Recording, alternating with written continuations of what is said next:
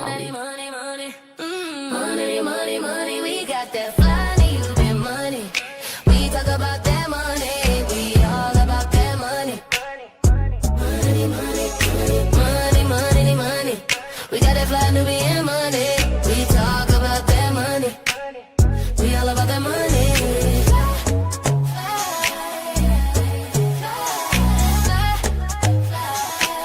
We love our black skin, our melanin, always focusing in on that money. We always win, money never thin, 'cause we hustling, always focusing in money, money, money, money, money, money. We got that money, money, money, money, money. We that fly Nubian money. Boss talk only, we stack it up.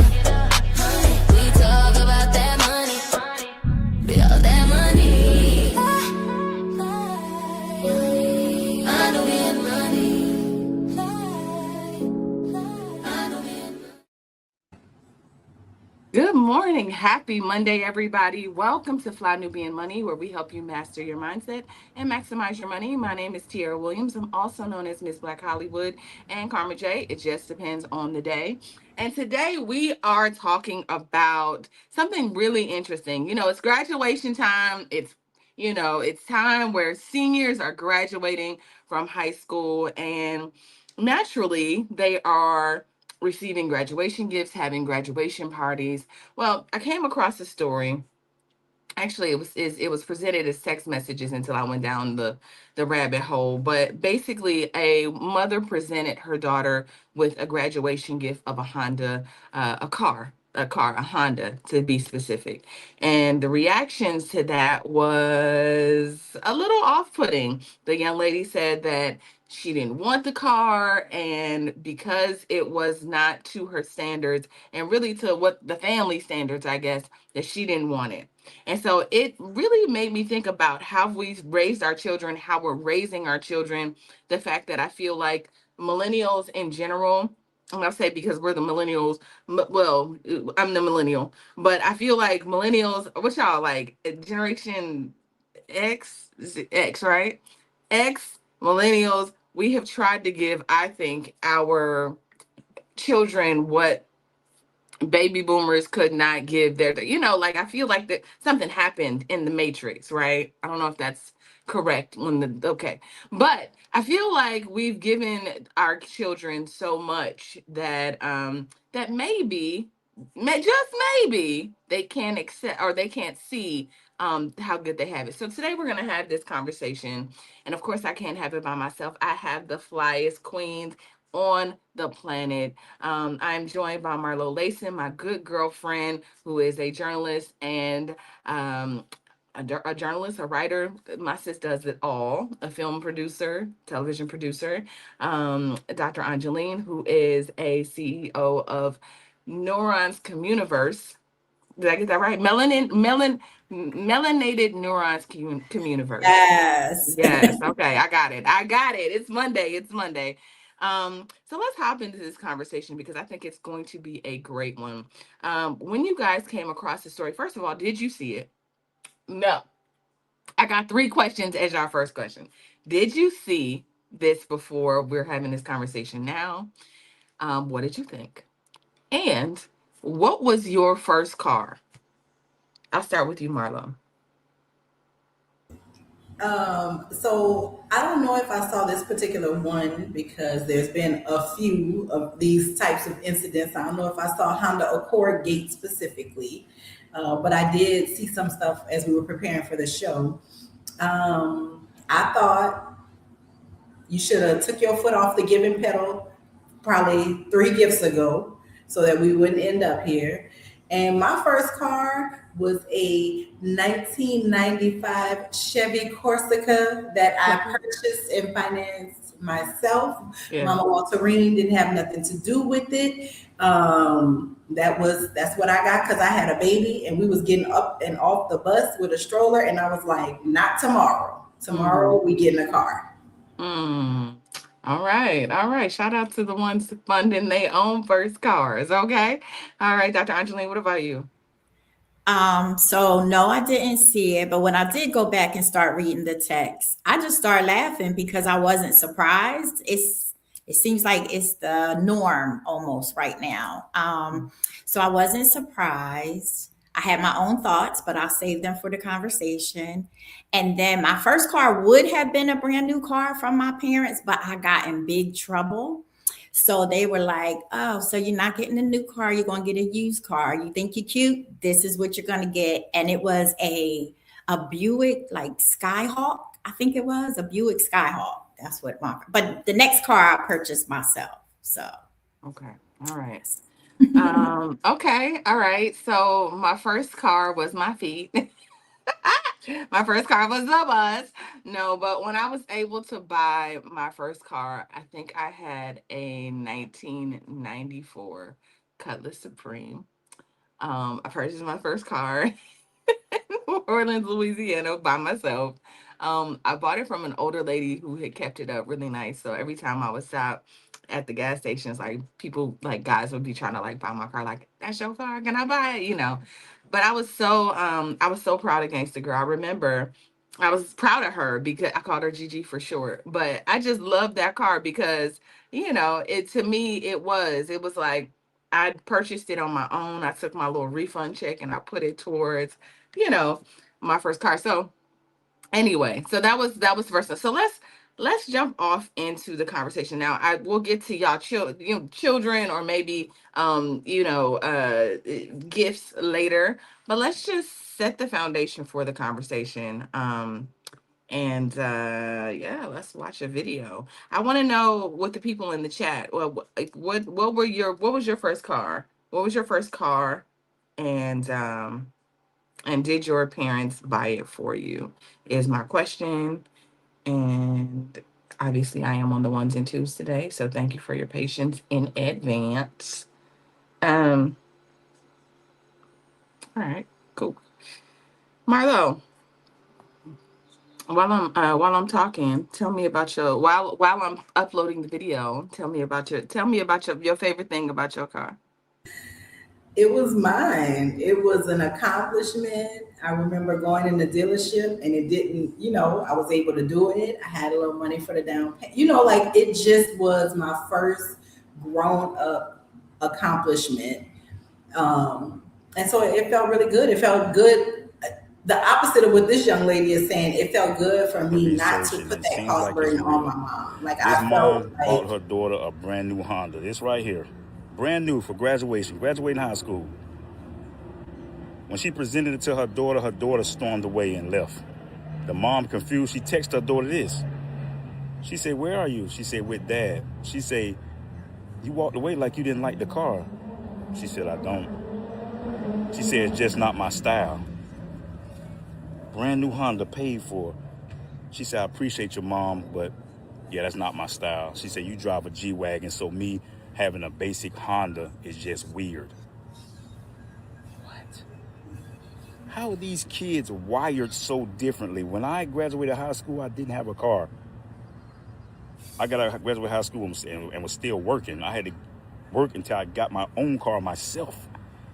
And when I got it in 1996, it was a 76 or 70, what it was, 72 Granada, 76 Granada, something like that in 1996. What? And I was happy. I was happy driving my 76 Granada back and forth to Steak and Shake. Yeah. Your mom bought you a brand new Honda, balloons and everything hanging out of it, no payments. She paid for your college. Your whole college is paid for. She says no rush for you to get out. They go to text right there. The mom said there's no rush for you to get out of the house and nothing. Your whole life is set. Other kids can only dream of this. And you're mad. And then the audacity of you grown folks that I seen on somebody's post in the comments saying, really, to be honest, the mom's to blame because if you raise your child up around all this luxurious stuff, of course she's going to expect the same thing. And half of y'all over 40 years old that was in the comments. I'm looking at y'all looked at your profile. Y'all old and saying this. Y'all, man, you got to be kidding me, man. All right, all right, all right, all right. So That's the foundation for this conversation, right? Dr. Angeline, I'm gonna start with you. What were your thoughts after hearing more details about exactly what happened, according to the text messages and all of that? So again, I wasn't shocked. I was like, wait a minute, that's a nice car, right? So that's what I thought. Then I was trying to think like these kids, and I was like, okay, even if you didn't like it, there was a way in which you could have handled it. But the thing that got me the most is when she thought she was supposed to get a Benz or a BMW. Now then my whole thought process changed. I was like, I ain't trying to think like them no more. Let me just see this part. Who in the world? I was with the mom, like, yeah, your mom is 40 something years old and you are how old?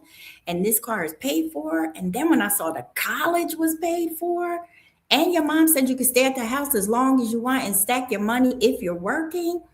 Nah, then my whole attitude just changed because I was just like, what in the world is going on here? Like, what is going on? I did think ungrateful, entitled. But I don't know what would make her think that she would be entitled to a G Wagon or a Mercedes simply because her mom has one. No, but I'll wait and tell you what I would do with the car and how she would learn to be grateful. I'll wait for that question. Yeah. Okay.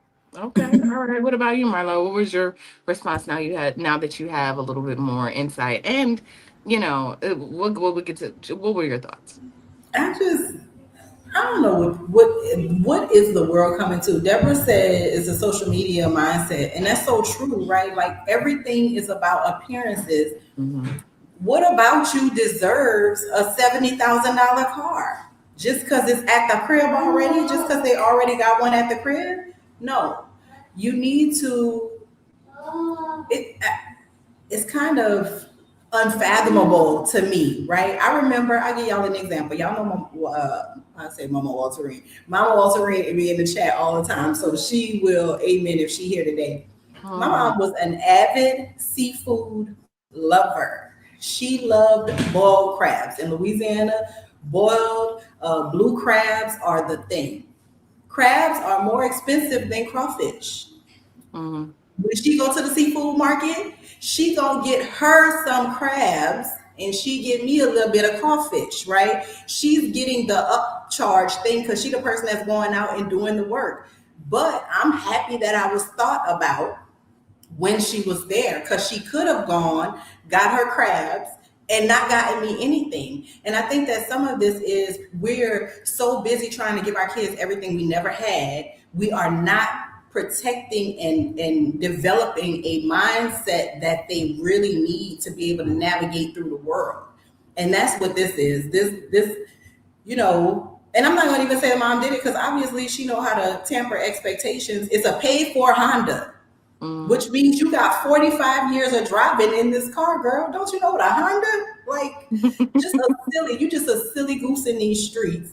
And part of it is parenting. Parents are raising silly geese, and it's playing out on social media for all of us to like pick apart and judge and consider. And hopefully, we're doing better with our own kids as we see it.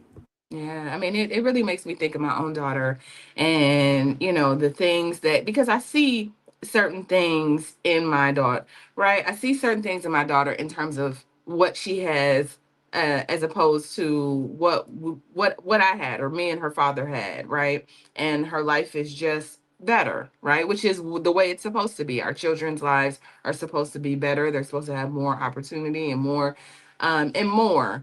And sometimes I think the struggle is how to still allow them to experience hardship and grit when you're also sheltering them from hardship in a way, right? They don't have to do some of the things or have to be solution oriented, right? So for example, Lauren and I were doing something. I can't remember exact. She was trying to get something to work. I bought her something and she was trying to get to work and it wouldn't work. I said, "Oh, all you gotta do is do this and then this and then this. We just gonna rig it." And she was like, "I would have never thought to do that." Right. Like, but like her mind won't, as a matter of fact, when it wouldn't work, it was like, ah. I was like, no, let's just get it to work. It took all of 2 seconds, right? And so to me, when I was thinking about it, I hope that wasn't a reflection of life, right? For her, where it's like, I can't, and that's it, right? And so what I'm saying is sometimes us doing all the things and them having all the things is a good thing, right? And in a sense where they don't have to work hard for it. But I think us having and building grit has made us very it just translates to everything else. How you do anything is how you do everything, right? So if I can pick this up and be like, no, let's just ring it, put a little oil on it and whatever it was.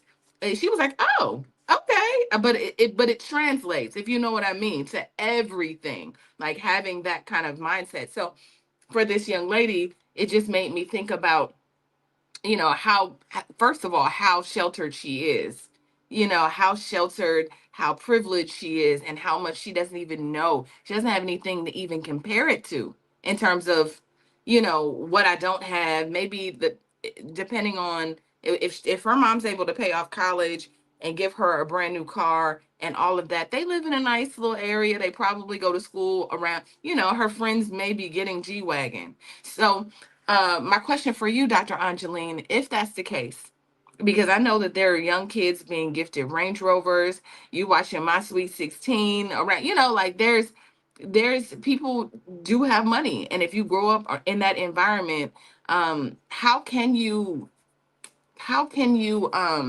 manage expectations if you've been giving your children everything? Well, that's a good question. I think that's where that overcompensation has to be balanced, right? So I look at my own life growing up, and I was given pretty much everything. But my parents were like, "Oh no, you're gonna get a job. You're gonna see what it's like to work, right? Like we're not gonna keep giving you everything. You're gonna have an understanding of what it's like to work, what it's like to spend your own money, what it's Mhm. like to save your money, and what it's like to do the chores in the household, right? Like you're gonna have to still know this stuff to create a balanced person. Mhm. And my dad would say, "Oh, and let me be real clear: we have, you don't." That's Mhm. what he would Mhm. tell me. We have, you don't. You're not there. So I don't want you to think that you are entitled to all of Mhm. this, right? And so, and then my dad would go on and on and on telling me all his horror stories growing up and all that kind of stuff. And so it would get to the point where you could repeat the story, like that's how well you knew the story. But I think that's how it has to be, a healthy balance. It has to be. I agree. Marlo, we talked about social media and a little bit. We touched on social media a little bit. And I would say, obviously, we know that social media is not real life. But for children who have grown up in social media and they don't know anything else. The thing about a millennial is that we know what it's like to live without the internet. We know what it's like to live with the internet. So it's been a really interesting, which is a really it's a really interesting generation to be in.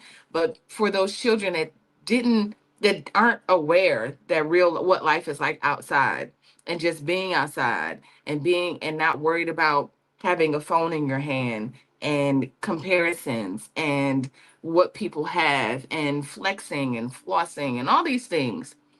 What would you say, like, how do you manage that? Right, when there is a part of their reality that is that's etched into this thing that we're all on right now called the internet.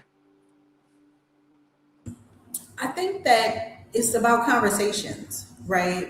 I remember my two older kids. My oldest is 30. The one under him is should be 25 this year.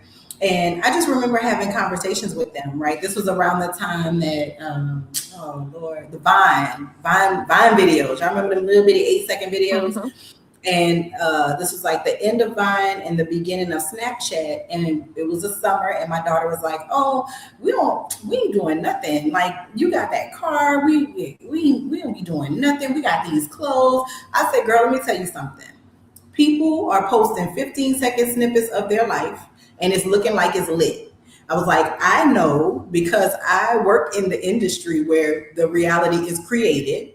And I know that if you actually sat down and put a person's unedited life in front of people to consume, everybody would be asleep. Mm-hmm. We would all go to sleep because real life is boring, it's monotonous, it's very much a pattern, right? You have a rhythm to how your life flows. And I think that it's really about having conversations. And it's really about knowing that your kid understands what's real from what's fake. My youngest thinks that me and her dad are rich. In her mind, there's no doubt that we are highly wealthy people because she never gets told no, right? But she's also a dancer. She's also an honor student, right? She's an all around good kid. So she understands that the things that she gets are rewards for her being who she is. And I think that is nothing wrong with you explaining that because that's how real life goes, right? Real life is about you get out of things what you put into them. If you ain't putting nothing into the world, why would you expect to get everything out of it? And I think that if there's any failure, right, the millennials and the Gen Zs, who's a friend of mine posted something was like, the parents used to smoke cigarettes and tell you go play outside, right? So the kids that were raised by that mindset, I feel like we have overcorrected in many ways, and we have gone from forget the middle ground. We've gone all the way to the edge with parenting in terms of being gentle, in terms of this main character energy, this central character energy, like all of that stuff. We've just kind of let the cart drive the horse. And I think that some correction needs to be done. And hopefully videos like this bring things in parents' minds so that we can kind of reel our kids in because they all got to occupy this world with us and with one another. Yeah, you're absolutely right. They're like, hopefully, we're not raising little narcissists, right? That are self-centered and like thinks that the world is supposed to bow to them just because they exist.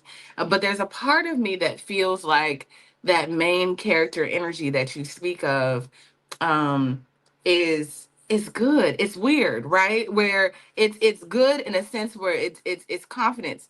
I think there's a difference, right? There's a difference between having confidence and going out into the world and being productive, like you're saying, but then also wanting them to be audacious and have audacity and tell them that they are the center of, like to kind of carry that. That's encouraged. So, Dr. Yeah. Angeline, you know what I mean? So you know where I'm going with this. So it's like I wonder if this young lady having standards, just go with me, y'all, for this. We're just going to, I'm a Gemini, right? My birthday is next Sunday. I step inside the box and then I step outside of it. So, so I wonder if this young lady is just saying, I'm going to have standards. Sometimes when I hear my daughter talk, it feels like, yeah, girl, live a little longer. But secretly, sometimes I'm like, I hope she keeps that standard about herself. Like, I don't want to accept less than this. So, Dr. Angeline, my question is this young lady somehow, again, we're stepping inside and outside the box, just setting the standard for herself in her life? Is it good to be audacious or have audacity in the mind? So maybe she'll go out and say, well, I grew up living this way, so I'm not going to live, but that's my bar, right? And is that a good thing? I think it's a good thing, and I understand where you're coming from because that's where I was trying to go with her in the very beginning. Maybe she really did like the car. Maybe she really did want something that was a little bit better. And my birthday's Friday, so I went in and out with you too. Come on, So, Gemini. so now she can have that standard, but baby, does your money reach that standard right now? Okay, because Right. if you get, I had standards too, and when they bought me that Skyhawk child, my heart was broken. Do you hear me? Broken. And so, but for me, again, it was that balance, right? It was choices and consequences. And so, yeah, we could have bought you a brand new car, but you messed up. So now the consequence is I'm not going to reward you for bad behavior. Now we'll check this back out at another time. But yeah, no, I don't think anything is wrong with that, to have your standards, to set your standards and all of that. But they're your standards. Don't expect me to pay for your standards. And especially, sis, you probably just got your driver's license. Do you think I'm gonna buy you a $70,000-$80,000 car? Like, let's get real with this, okay? But again, as Marlo said, no, it doesn't appear that any conversations were happening. It doesn't appear that any type of balance was happening. And then, if I'm gonna be real, when I looked at the mom's some of her stuff on her internet, she was saying one thing but then saying another thing, and I was like, okay, so what's really some of that stuff that was on her made me begin to question, and then also made me begin to think maybe that's why this girl thinks the way she does. So yeah. Okay, let's go to the next video. Let's go to the next video, and then let's add some perspective to this I don't thing. like electric cars. Wait, what? For a Mercedes Benz, I don't like Teslas. This is better than a Mercedes Benz. I don't want no car that if I gotta charge it for it to work. I didn't want that. I could have just been walking. I would rather walk. Right, you should be happy. Put the keys back in your purse. Oh, you're gonna be happy with that money. You sure right. Give me them goddamn keys and let me put it back in my purse, and I'm gonna return this vehicle to wherever I got it from. Because you being very ungrateful and think you should be choicey and stuff. You entitled to whatever. Look, as a parent, I don't owe you no vehicle. You just should be grateful that I'm deciding to put my money to the side to buy you a vehicle. You right. You can use them goddamn legs and walk. Back in your purse. Oh, you're gonna be happy with that money. How much is it? Told you I wanted a pink Mercedes Benz. Okay, I couldn't get the Mercedes Benz, so you got that. This is all you gave me for my sweet 16 and my golden. $1,600 for That's it for my sweet 16 and my golden birthday. Electric cars. I don't want to have to charge my car to get on it. You could have kept your gift. First birthday ever. Baby, you a little bit too unappreciative. You know, a lot of people don't get shit for their 16th birthday. And you got a car and some money and you complaining about it. I bet you one thing, I wouldn't give your ass another dime, and I wouldn't even worry about how you get to and from school. Your ass better be on that bus or use them goddamn legs since you so unappreciative. And when you turn 18, buy your own shit. Won't you go buy I want to see you go buy these pink Mercedes Benz. Damn, y'all these kids so ungrateful and entitled to shit. Like, nobody owe you nothing. All your parent is supposed to do is raise you right and send you into the world and hope and pray that you do a great job out there. All right, so like I said, I went down the rabbit hole, baby. That's not AI right there, right? So I intentionally started to pull other videos that were like this, because this is a real thing, y'all. I went down the rabbit hole, and the kids really are ungrateful. Oh my God, right? I couldn't even imagine saying some of the things that I've watched. I couldn't pull every video.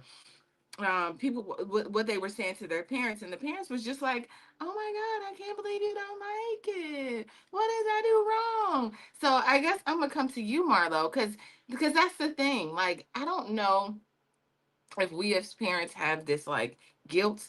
I know Dr. Angeline says something about overcompensation, I believe. Why do you think well, I know the answer to why we overcompensate, but why is it? How can we just find a balance realistically? Like, how can we realistically find a balance, and what kind of boundaries, I think, do we have to set, not to, because sometimes it just, when Lauren asked me to do something and I know I have a little bit of money to do it, we're gonna do it, right? Like, is it sometimes I just say like, no, right? Or just be like, we're just gonna sit in the house this weekend. We're not gonna go out, we're not gonna do all the things. What are small things that we can start to do to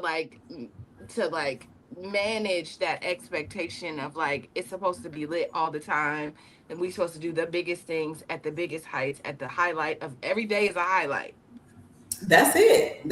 We not, I always talk in sports analogies because I love sports. So I always talk in sports analogies, and I think that sports just applies to life, right? A family is a team, right? You could be the star on the team, but if you're the only one that's getting anything, what about the rest of the team? So I think that we really just have to start having real conversations. We have to stop looking at our neighbors, what's our friends' kids, parents doing, all of this, what is it? Comparison is the thief of joy. Now y'all wondering why y'all sad because you spend your whole life comparing and contrasting, trying to figure out how you can catch up, play up, surpass, whatever the case may be. And it just ends up, right?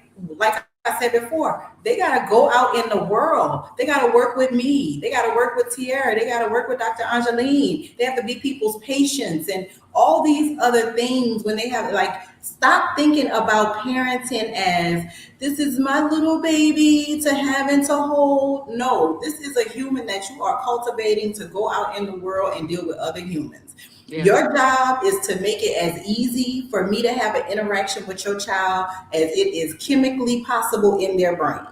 That's your job. Now, your kid got a chemical imbalance and can't whatever, then that's a different situation.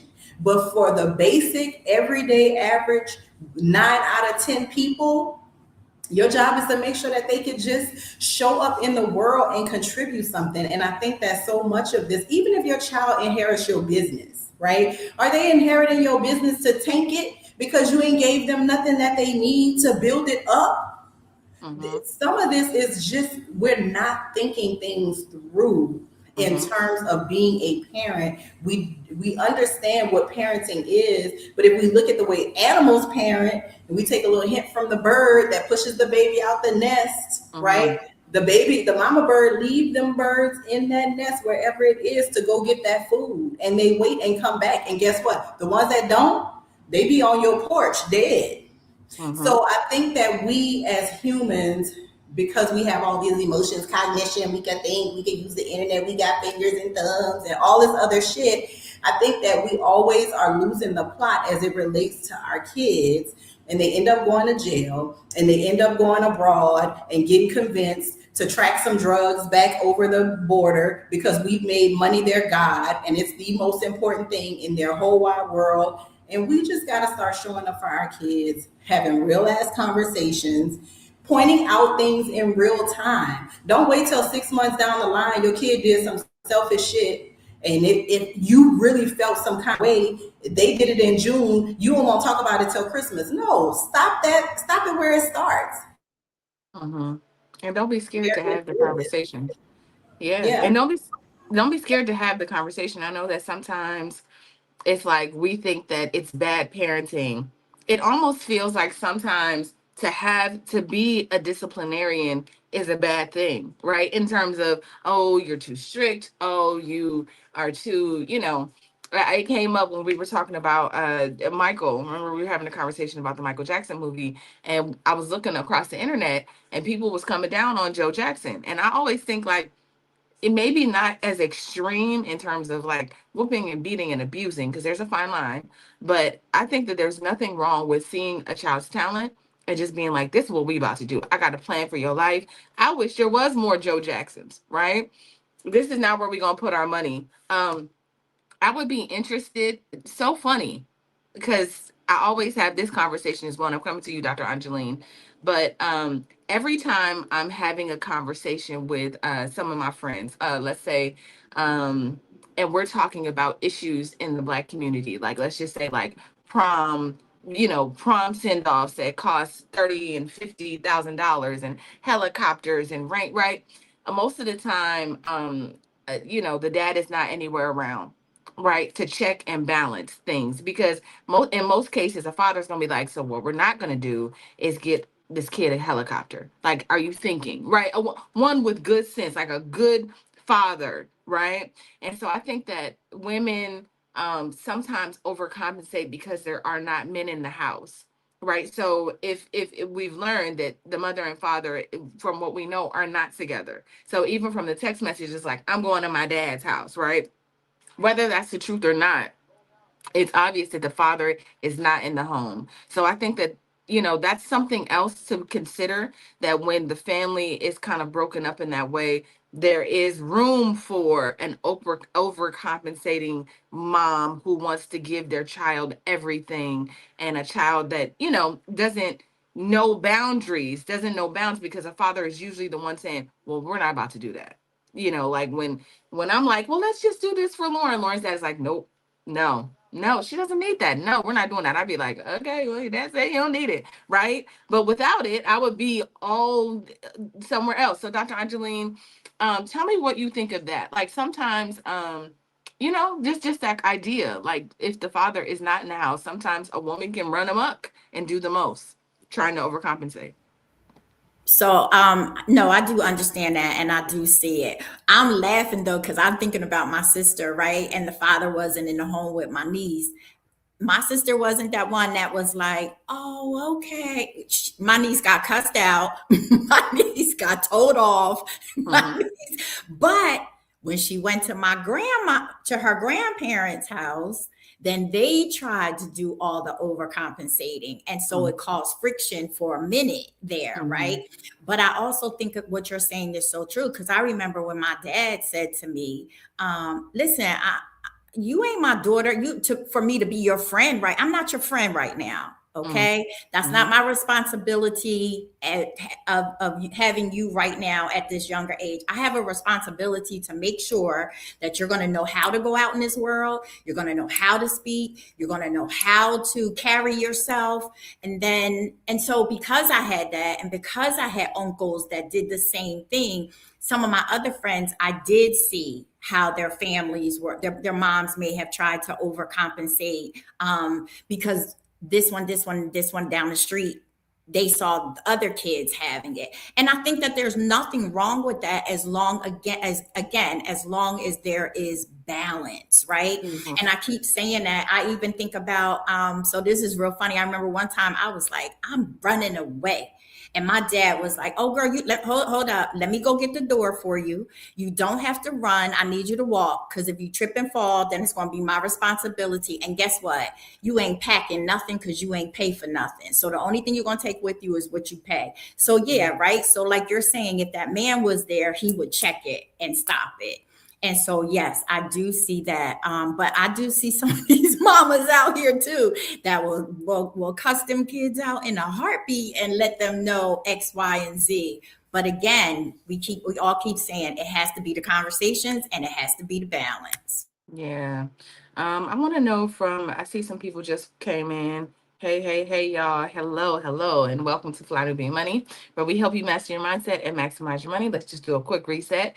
Today, we are talking about a mother who brought her daughter a Honda for graduation. And basically, her daughter was like, you can take this Honda and shove it up because I wanted a Mercedes and I didn't get it. And so I wonder if influencer life, before we go to this next video, Marlo, has changed family dynamics. You know, has yeah, that's my question. Has the influencer that 9 times out of 10 is scamming, we are learning, right? Going to jail for indicted for all type of fraud. Are they changing family dynamics? I think so. And I mean, a lot of this, we don't know what's a skit. We don't know what's done as a content, as a rage bait. We don't know the difference unless you can really look through that person's timeline and kind of piece together a family dynamic. Because most people that are going to post something like this, she knew that girl wasn't going to like that car, right? She knew because that girl probably had been talking about the Mercedes. She probably has shown her the G-Wagon or been like, I can't wait till I get my G-Wagon, like driving the mom's car. So I don't think that the mom was shocked by this. And I think that this influencer culture, because you can see kids like these little stupid pranks. I stopped that at the door. Baby, never think that you coming in here with your phone recording and you're going to cuss me out. Because what's going to happen is you're going to go viral for getting punched out. And then I will be in jail and then so on and so forth as how the snowball rolls. And I think that people don't, the influencer culture, because a lot of times the parents do get involved, right? And so we just see the family dynamic has changed for clicks. And again, I think it's part of that conversation. You got to let your kids know we ain't no influencer family. If you're not an influencer family, park it at the door, big dog, because if not, it's going to meet you. It may end up being in an embarrassing way. Maybe your child is looking to be an influencer themselves and they see that this culture is all about clickbait and rage. And so they just, in an attempt to get some clicks, do something off the wall. And I think that the way when I was a kid, we had to talk about teen pregnancy with my mom. I had to talk about drug use. I had to talk about, my mom was about them conversations. She about to Yeah. sit you down. She gonna sit you down. You gonna watch this after school special, and then we gonna talk about it when it go off. Right? That's the kind of house I was raised in, and I think that you got to have those conversations. Otherwise, her theory was if I don't teach my kids in the house, the streets The are world. going to teach them. And Yeah. I think we, especially because we know these internet streets are fake, they Mm. paved with indictments, they paved with fraudulent activity, Yes. scams, schemes. Things are staged in these internet streets. So you have to have, again, the conversation with your children at the youngest age, have the conversations that are age appropriate at a particular age, to let them know what is real. Oh, did she freeze? Or did I freeze? Did you freeze? Oh, okay. Can you hear me? Okay. I had a baby bump Oh, in okay. I'm the like, what background. is real? And then we went, all right, so let's go to our next video, y'all. I'm like, what just happened? I was into it. What is real? Okay. All right, Real so was cool. crying in the I background. know, I know. It's this baby, it's the summertime. I already know. Um, okay, let's go to this next video and add a little bit more to the perspective. For my people in the chat, tell me what you think. Like, what is your approach to parenting your children? Like, what's the balance that you set for them in terms of, how do you decide what to give them, what is too much, like what will cripple them, like that fine line between protection and like sheltering and all the things, like what do you let them experience and not experience? I want to hear from you. All right, let's go to this next video. Here we go.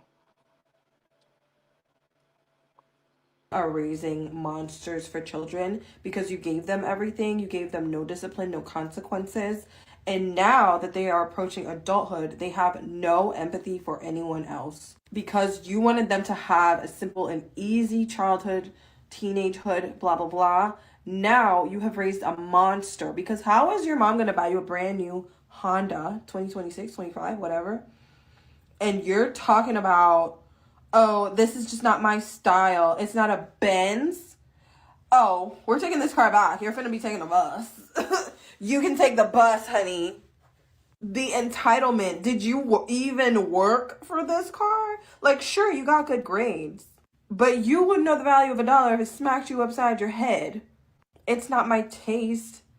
Because your mother drives a G-Wagon, you want a Mercedes, you're entitled to that? Insane. So she said something that I really liked. I mean, I think we said it earlier, but not creating a monster, a narcissist, something that a kid that is just impossible to work with. Like, how will they really go from your house? You know what I'm seeing though? A lot of women and a lot of mothers, a lot of parents are raising children that can't leave the house, that are kind of like they're rearing them to almost like live in their basement for the rest of their lives, right? And so I wonder, Dr. Angelina, I'm gonna come to you. Um, Giving them everything will only leave them again in your basement. That sometimes when I'm talking to my daughter's father, I'm thinking like, yes, we can teach her how to make money in the world, but I also want to teach Lauren entrepreneurship. Like, if she don't want to leave the house, she ain't got to, because she can make money at home. She can make money wherever. She can fend for herself if something happens to us. She can, a lot of children aren't even being raised in a way that would allow them, if something happened to their parents, if something happened, they would be able to do really live life by themselves. So I guess my question to you is, how do you give? Because I'm always going to go back to this. I'm going to step inside the box and outside the box. Giving the child what they need, right? A little bit of what they want, but raising them in a way that doesn't raise little punks, like, people that can't go out and live in the world, or if they don't, hear what they want to hear. They have meltdowns. If they don't get what they want, they melt down, because ultimately that is the monster. That's me. That's you, Dr. Angeline. Yep. Cha. Again, we keep saying it. It's balance. But I think about too, um, growing up, like you said, even about the business and the entrepreneurial side, right? I had to watch my parents do taxes, right? I had to go with them to see what that was about. When my mom owned her store, I had to go to the store. I had to learn the businesses. Now I also had to learn because I had different chores that I had to do Monday, Tuesday, Wednesday, Thursday. If I was going out Friday, Saturday, and Sunday, it had to be done. So things were in their rightful perspective, right? And so I know that by them taking time out to teach me this and to teach me that and to help me have an understanding of how does a house function? How does a wife operate? What does that look like, right? What does healthy communication look like? All those things helped me. Now, I ain't want to stay at home. Now, I'm going to tell y'all that right real quick. I wasn't that child that wanted to stay Right. home in the basement. I wanted to Yeah. be out. But I do think about that though sometimes when kids do want to stay home. I don't see anything wrong with it as long as they are doing something. Hmm. Because I think with community and society, when I look at other cultures and how they live and they allow two and three of their families to come together, live, save their money, go build their business and go out. That's something that we didn't do for various reasons, right? No blame, no shame, no judgment zone. Hmm. So I am watching even that dynamic with some moms and their children now, but their children are doing something. Their children are Hmm. working, or like you said, their children are experimenting, right? Yeah. Let me go try this and let me go try that. And it gives them that space to be able to do that. Yeah. It makes me think of, and maybe nepotism isn't really related, but it made me think about, um, I saw a clip of Steve Harvey saying, like, what you said earlier. My kids ain't rich, but I'm rich, right? So I'm not leaving them anything. That everything that they earn, they'll have to get out the mud. Now, I don't necessarily believe in getting it out the mud. I don't believe in that. I do believe a good mother or father leaves an inheritance for their children. I believe that, it's biblical. It just that's what we're supposed to do, right? Nobody should start from zero. I just feel like that's how we stay behind in the Black community. Our kids always having to start over. Everybody's trying to, it takes generations to really build wealth, right? And so if that's the case, like, let's leave a little nest egg for every generation and tell them and teach them what to do with it. My question for you, Marlo, though, is that whole idea of getting it out the mud, right? I think that's but also, but like nepotism in a way where it's like, I'm gonna leave inheritance. They get to inherit whatever it is that I've worked hard to do and get, right? But sometimes, like, nepotism or inheriting, like, they say that, that generation ultimately ends up like hurting whatever it was that they inherited, they lose because they skipped the work part of it. And so I guess my question for you is just that, like, when we allow our children, if we go out and buy our children, because Lauren thinks she's getting an Audi. Well, she's gonna inherit her dad's Audi, whatever. And so funny because she was like, "I don't want your Jetta. My Jetta is a 2020 Jetta, right? Um, under 100,000 miles on it still, right?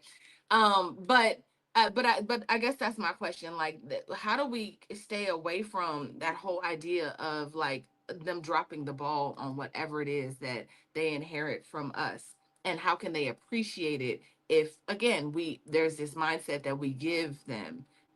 Should they have, I love what Dr. Angeline just said about, like, I had to do chores, I had to work for it, I had to, so I guess my question for you is there ever a day where Jade has worked hard enough for you to give her a Benz when she graduates based on everything that she's done. She's an honor student. She's done all the things. Like, is there ever a day, even if you tomorrow you got $1 billion, right? Is there ever a time, you know what I mean? Is I because still money think is this is an relative.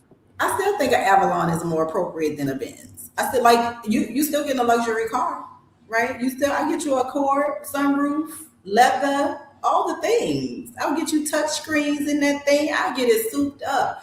But I believe that there's nothing that I've ever been given, right? Y'all know I love you, y'all little truth moment when your girl was out there running with them thuggies and wuggies, right? And they was doing any old thing that they wanted to do to get their money, and I was a beneficiary of that. I ain't never appreciate that. The shoes, the jewelry, I don't have none of it. I don't have no medallion earrings. I have none of those things, none of those little trappings from a different life because I didn't appreciate it. Now, my little JC Penney little jewelry sets that I get, right, when I'm going somewhere, I get that nice little set. That thing used to be $99. I get it for $49. I'm feeling special. On to that. I still have that stuff. It's in a jewelry box. I take real good care of it because I spent my money on it. Mm-hmm. Those things like if you earn it, you appreciate it more. Jade has every pair of Jordans that ever came out. Them things be thrown around, stacked. Some of them, if she feel like they precious, she got a precious spot for them. The rest of them, she be pulling them things out the closet because she gets them with such frequency. She don't know what her daddy go through to get them on the first release date, right? Yeah. So I see that. I see that she doesn't have she is an expectation, like she's this part of a lifestyle for her. And so I Yeah. think that you have to start modestly. I'm not gonna say get it out the mud, but if you start at luxury, will you appreciate it? We see people who live on the street, we look at them, you think they homeless, you find out that they are a billionaire beneficiary living on Skid Row, not even necessarily on drugs, but just rejecting and trying to figure out what life is without that. And I think that, look, to thine own self be true, Mm-hmm. right? Yeah. And understand who you are. And I'm always gonna go back to you raising your kids for the world. Unless you're gonna trap them in the basement that Tiara was just talking about, you raise them, they gotta go outside. I don't wanna deal with your entitled kid when I'm trying to have lunch. I don't Mm-hmm. want to deal with their entitlement when I'm just, it's a parking situation and we got a thing because you're like, I don't want to deal with them. Get them under control. They Yeah. not mine. And I'm not going to treat them with kid gloves when I encounter them, right? The way you encounter them with love when they out of pocket, they not going to get that from me. So Yeah. protect your kid from somebody like me they ain't got a lot of patience, right? Keep them out of my cipher because they're gonna learn that they're not as special as they may have thought in that heated moment with a person who has lived experiences. And that, like I just think there's not enough global world preparation. These kids go traveling talking about the food is nasty. Why you went? Why did you go? If all you eat is McDonald's and Chick-fil-A, why go abroad? Stay home. You making everybody else miserable, sis. Yeah. Okay, so let's go to these stats. It also made me think about why are they Gen Zs? Gen Zs, Gen As, Gen Zs are having such a difficult time working, right? Like why they'll go to a job and be like, "Ugh, the vibe is just off. I just can't. I just can't go to work today. I need a The mental health value day." of mental health days. I be The like, mental health day. okay. I just can't. Right? I think that's related to what we're talking about today. And literally everything is related. I just can't. I can't handle it. Let's go to these let's go to these other stats. The average cost of owning a vehicle continues to increase due to insurance, maintenance, and financing costs. Not to mention that gas is $7 in Los Angeles. Okay, so she said something about a hybrid. I'll take it in a second. Give me that Honda. Social media usage among teens continues shaping perceptions around wealth and lifestyle. Shaping perceptions. Whew. All right. Consumer culture increasingly targets younger demographics through influencer marketing. Y'all see the connection here. Y'all see the connection between her wanting a Benz and these stats? Yeah, it's a real thing. Many parents report financial pressure around milestone spending for their children. Again, yes. Yeah. It's my graduation. It's their prom. We got to go all out. Financial literacy conversations continue becoming more important as costs rise nationwide. So listen, it's 10:59 on the East Coast. I mean on the West Coast. It's 1:59 on the East Coast. So that means that it is almost time to go. So this has been a powerful conversation for me. I love what the queens have said. I love what you've said in the comments. I see you, Deborah and Latoya and the Black Lexicon Anonymous. What's up? T Jefferson. Yeah, I appreciate y'all for coming through today and kind of having this conversation with us. We're gonna get into our final thoughts. And I want to keep them brief, 45 seconds or less, but I also want to add, I think I want to ask y'all a question. Um, da, da, da, da, da, da, da, da, da, da, da, da. Um, okay. Okay. I'll come to you, Marlo, first. What makes a gift meaningful? What makes gifts meaningful? Like, how should children perceive gifts as they are as they're receiving them? Like, how should we perceive a gift? You know what I mean? This is actually a question that's here, but I like it. I get where they're trying to go. Should we change the messaging around receiving gifts? You know, should we? How should we talk to our children about receiving gifts? That's the question, and tell I people where they think can find I think that gift giving, I think it starts young. I don't think you could change a 15-year-old's understanding of gift giving if you shaped it one way. But I think if you start young with young children, a gift is anything you weren't expecting.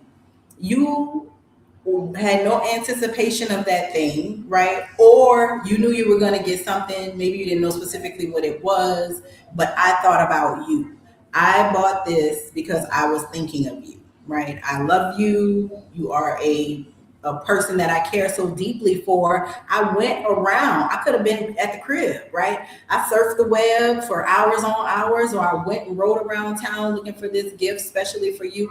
I think that it starts there. I think that kids understanding that you were considered, I considered you in the moment that I purchased this gift, and however you make them understand that, because it's with any behavior, with they acting out, whatever they're doing, by the time they're a teenager, correcting that behavior is really on them. It's not for the parent to correct that behavior at that point. So I think starting young, I think a good idea I used to do with young kids for Christmas was the Secret Santa, and have everybody give a gift, everybody, like collective gift giving, so that they understand what it is. I do not think plying children with gifts is ever a good idea. I will never suggest doing that. where can people find you? I know you That got a whole family reunion in the background the, full of dogs. we teaching life lessons right on the other side of this door to a little toddler. Okay, it's happening as I speak. You can find me at that Instagram handle right there on the screen. That's my name, forward or backward forward, and then the underscore on the end. I am in the process of reflecting on a book that I wrote almost 10 years ago about a time when I was a teenager who was led astray, doing things I ain't had no business doing, and how I got back to myself. So if you want to learn them jewels that I learned, go ahead and follow me over there. I'm gonna start dropping. The anniversary is August. The anniversary of the book release is in August. I'm going to start dropping the knowledge in July. See y'all then. Yeah, I'm gonna say that I read Stranger Than Fiction in one sitting. I was like, let me see what she's talking about. It's somewhere in here, but I was like, let me see what she's talking about. I got on a plane, baby. 4 hours later, I was like, and I didn't put it down until I was done. So it's such a good book. Make sure you check my sis out. That is not a front. I am not lying. I definitely read it in one. And I've been wanting to make it a movie or a series ever since. Say I'm lying. Ever since. Ain't lying. She ain't Um, lying. ain't lying. All right. So my question for you is along those same lines, Dr. Angeline, and if we just can be a little bit more concise, is around gratefulness and teaching our children, or teaching people in general, teaching our nieces, our nephews, our just the kids that are in our lives, what gratefulness truly looks like. What would you say?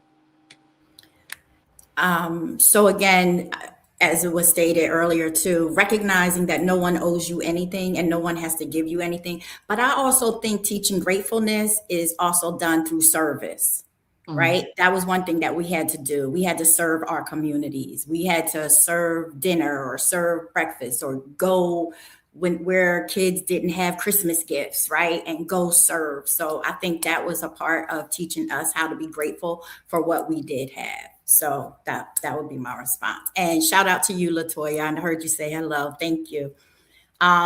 I am Dr. Angeline Dean. I could be found at intersystems.rock with a Z on the end or at info@melanatedneurons.com. Yes, but make sure you put it in the chat because that's a mouthful and a Okay. typeful. So make sure you put it in the chat. All Okay. right. My final thought is this along the lines of gratefulness. I'll add to gratefulness and to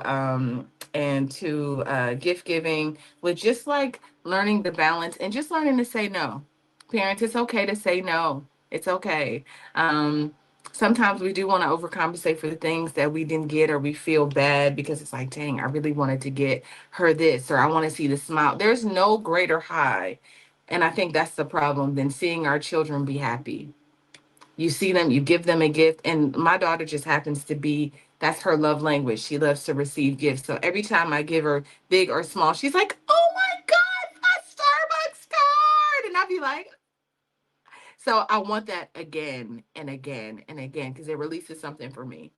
But at some point, you got to find a balance in yourself to just really like make sure that after a while that can turn into something really dangerous. So just make sure you're saying no and checking yourself one time, saying it's okay if I don't get her this one time. Like she doesn't have to experience all the things. Like we don't need to do Chris Brown, Usher, Missy, all the things. Like every concert that comes into town, I don't need to take my daughter. And she'll be okay, right? She'll survive. So those are my final thoughts. Say it with me, everybody in the chat on this panel. Say the word with me. Say no. One, two, three.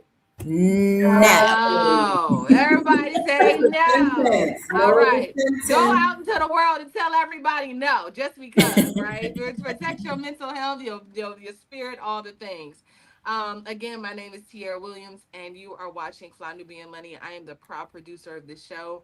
I love it. I see it as a ministry here. If this is your first time coming, welcome. But if you are interested in knowing more, seeing more, we're here Monday through Friday at 1 p.m. Eastern Standard Time.